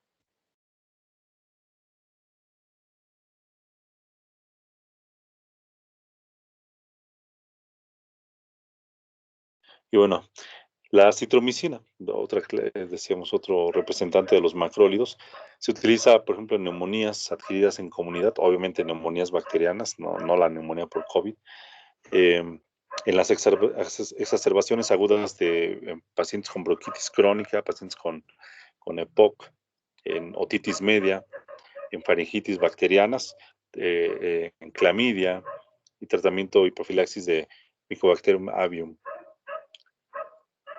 Su espectro antimicrobiano pues es muy semejante a la claritromicina, que es también el mismo de la eritromicina, pero tiene una actividad que está mejorada contra Haemophilus influenza, ¿no?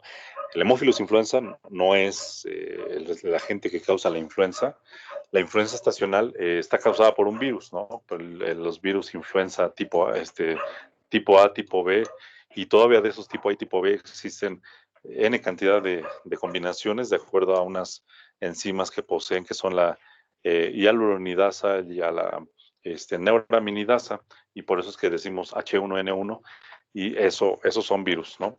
Pero aquí esta es una bacteria, Haemophilus influenza, causa sí también infecciones respiratorias y sí también puede causar neumonías, pero no tiene nada que ver con la influenza, o sea, nada más si acaso el nombre, ¿no? En que nos suena muy semejante. Tiene una muy buena distribución de tisular, la acitromicina, y se concentra muy bien en los tejidos. También tiene propiedades antiinflamatorias y esa es también una de las razones por las cuales se sugirió como un buen tratamiento para el COVID-19, que pues, el COVID ha demostrado ser una enfermedad inflamatoria sumamente exagerada, sumamente potente, por eso es que causa toda esa tormenta de citocinas, por eso causa toda esa neumonía inflamatoria, etcétera. Y de ahí es donde se esperaba ser un blanco terapéutico, ¿no? Aunque no ha demostrado que sea verdaderamente una terapia eficaz en todos los casos, ¿no? Y bueno, tiene una vida media muy larga, que es en promedio o aproximadamente de 48 horas, y por esa razón es que se dosifica con un intervalo amplio, es decir, cada 24 horas, y que, por ejemplo, para tratar una faringoamigdalitis estreptocócica, si fuera con penicilina al paciente, pues le tendremos que mandar por lo menos una aplicación o un esquema que se extendiera hasta por 7 días a 10 días, ¿no? O incluso 14 días, ¿no? Si lo consideramos necesario. Pero en este caso, el esquema de acitromicina consiste de 3 días, ¿no?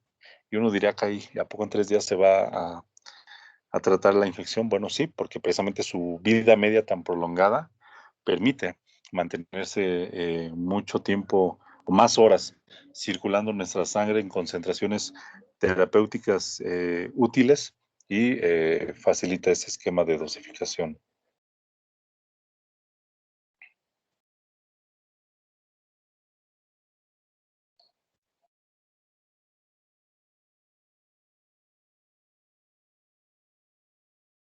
Las polimixinas son agentes que modifican las propiedades de la membrana celular bacteriana, tenemos ahí, por ejemplo, a la colistina o polimicina E y a la polimicina B, con la que estamos más familiarizados. Polimicina B, que la vemos en formulaciones para gotas oftálmicas, ¿no? Cuando tenemos una irritación y vamos a la farmacia y pedimos algo, nos dan estas gotitas que contienen polimicina B, neomicina, contienen algún agente esteroideo, como acetónido de flocinolona, para reducir precisamente la inflamación, la sensación de cuerpo extraño, la irritación, el lagrimeo y, por supuesto, pues el crecimiento de bacterias si es que algún fuera de origen infeccioso. Y pues este tipo de agente pues está indicado en infecciones graves cuando se administra por vía intravenosa. Va dirigido sobre todo a bacterias gram negativas que son resistentes a algunos tratamientos, y de manera tópica, pues bueno, puede ser como tratamiento o prevención de infecciones de piel y tejidos blandos, o aquellos que decíamos en también preparaciones oculares. Su actividad antimicrobiana, pues bueno, es, por ejemplo, contra bacterias como Acinetobacter, Escherichia coli, Klebsiella, Pseudomonas, incluidas a cepas resistentes a fármacos, ¿no? Hablando de la polimicina E o colistina. Es un profármaco, tiene una eliminación renal y no renal, son nefrotóxicos, neurotóxicos. En el caso de la polimicina B, no se elimina por vía renal y por lo tanto pues, no alcanza buenas concentraciones en tejido renal. Y los glucopéptidos, que son lipoglucopéptidos, son inhibidores también de la síntesis de la pared bacteriana. Tenemos aquí la vancomicina, telavancina, dalbavancina, oritabancina, daptomicina. Y de aquí, pues bueno, vamos a revisar acerca de la vancomicina. Pues es un agente también de amplio espectro, puede aplicarse para tratar infecciones cutáneas, infecciones de tejidos blandos, infecciones complicadas como bacteriemia, endocarditis, por bacterias que sean gram positivas, neumonías, meningitis, colitis, por Clostridium difficile. Recuerden ustedes que el abuso de antibióticos y algunas bacterias en particular en tratamientos prolongados en personas susceptibles pueden provocarse de manera iatrogénica una colitis que se llama colitis pseudomembranosa. El agente causal allí es otro clostridio que vive en nuestro intestino.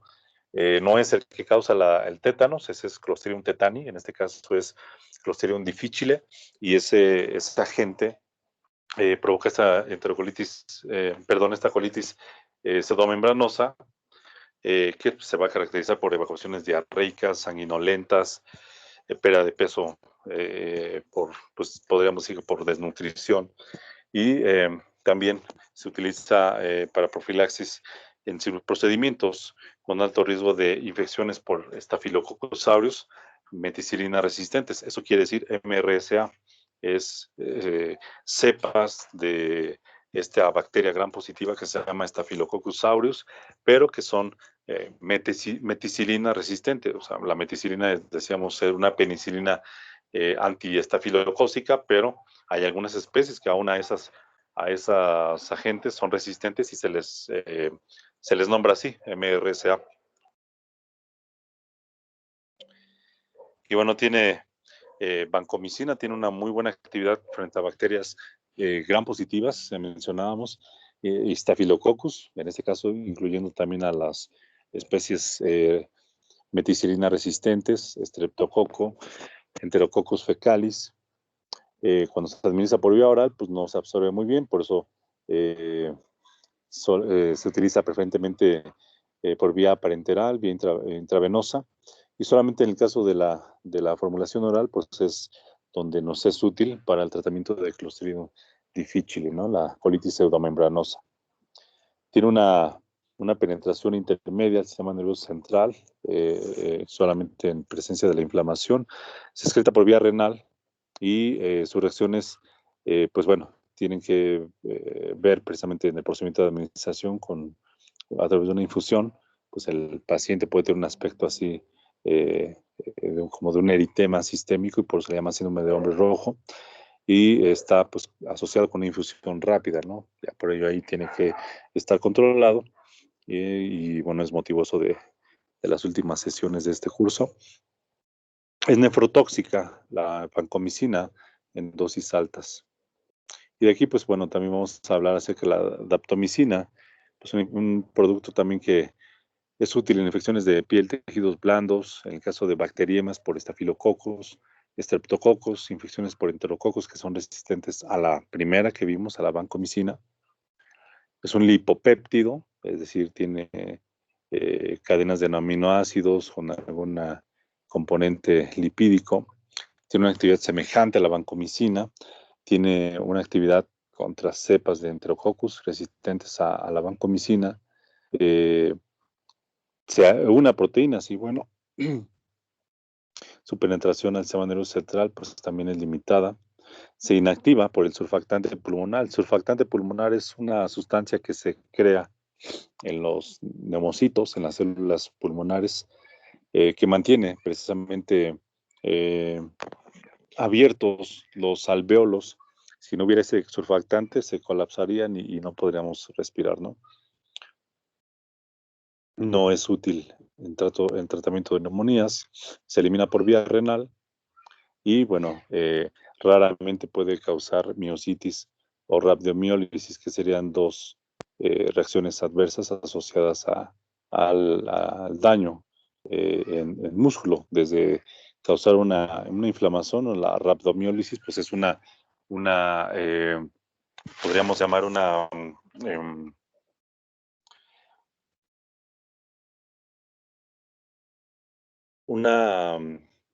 como una destrucción, como una lisis, por eso se llama así rhabdomiólisis, una lisis de células musculares, ¿no? Se comienzan a romper esos miocitos, y, bueno, podemos encontrar en marcadores de esa lesión muscular en estudios de laboratorio clínico, ¿no? Ok, y bueno, así eh, con con esta diapositiva cubrimos una primera parte de los antibióticos. Quiero comentarles que en el caso de su grupo, pues hemos tenido ahí un par de lunes, ¿no? Que fueron días feriados, lo que nos hace pues estar un poco más apretados respecto al desarrollo de los contenidos de este cuatrimestre. Entonces, este tema de los antibióticos, del tratamiento de las enfermedades infecciosas es muy amplio, ¿no? De hecho, todavía nos faltaría hablar un poco acerca de los antimicóticos, de los antivirales, eh, y de pues algunos agentes bacterianos que tienen actividades contra protozoarios. Entonces, tengo la sesión que les di al otro grupo, que ellos pues, no tuvieron ese inconveniente de coincidir con fechas, días feriados, y tengo la grabación. Entonces, les quiero proponer si ustedes estarían de acuerdo en que les comparte esa grabación y que sea como una actividad a realizar. Y bueno, para poder pues también hacer valedera pues el no tener una clase en vivo, sino que ustedes en un horario, cuando ustedes gusten, vean el video, hacer un ejercicio para que se elabore unos cuadros sinópticos en donde pongan así terapia antiinfecciosa, agentes antibacterianos y las clasificaciones de acuerdo a sus mecanismos de acción, y cuáles son algunas bacterias a las cuales van dirigidos, para que puedan más o menos armar ese árbol, ¿no? de agentes antiinfecciosos, porque de otra manera pues nos extenderíamos una sesión más, y limitaríamos un poco el tiempo para poder cubrir pues un poquito más en tiempo las clases que nos restan, ¿no? La idea es que precisamente tratemos de ir al corriente, pero sí me interesa que abordemos más esta situación de los antibióticos, porque son de los productos que se administran más comúnmente y de los que pues vale la pena también hacer muchos comentarios acerca de ello. Entonces, esa es la opción. O lo otro, pues es que me digan, pues no, sí nos echamos la próxima sesión. Tengo ya la presentación, les digo, tengo el video, pero si ustedes gustan, pues podemos hacer la presentación en vivo, no hay ningún problema. Déjenme ahí en un comentario en WhatsApp y hacemos lo que diga la mayoría, o si lo quieren discutir en WhatsApp, y hacemos lo que sea más conveniente. ¿De acuerdo?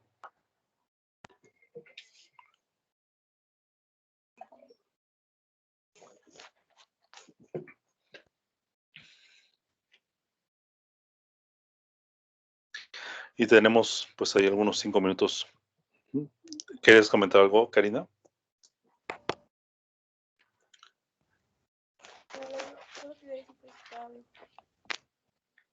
¿Qué crees que no te escucha muy bien? Te escucho muy bajito. ¿Puedes repetirlo?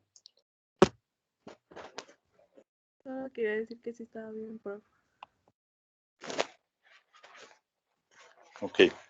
Sí, les digo, déjame ahí sus comentarios y ya, de cualquier manera, pues antes de la clase, ahí en el grupo de WhatsApp o en este chat, pues ya confirmamos si va a ser una u otra alternativa, la clase en vivo, o les comparto ya el video de del otro grupo, y ya dejamos una actividad para que la puedan desarrollar. La tomamos obviamente en consideración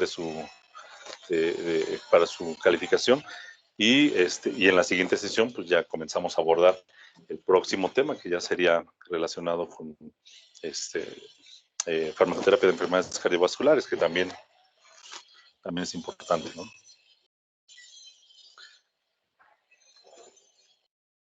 De acuerdo, pues tenemos 5 minutos por si alguien quiere hacer alguna pregunta, alguna aclaración, alguna opinión.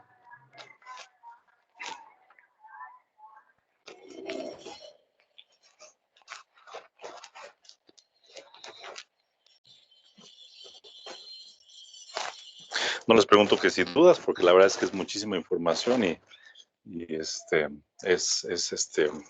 un poquito complejo de repente asociar tantos términos, tantos conceptos, pero bueno, ahí está al ratito ya les subo el video, la presentación. Ya también para quienes pedían las presentaciones anteriores, si ya se echaron un clavadito ahí en Blackboard, ya están los videos disponibles, ya están las presentaciones, y ya en este momento comienzo a compartir la presentación y también la grabación de esta sesión.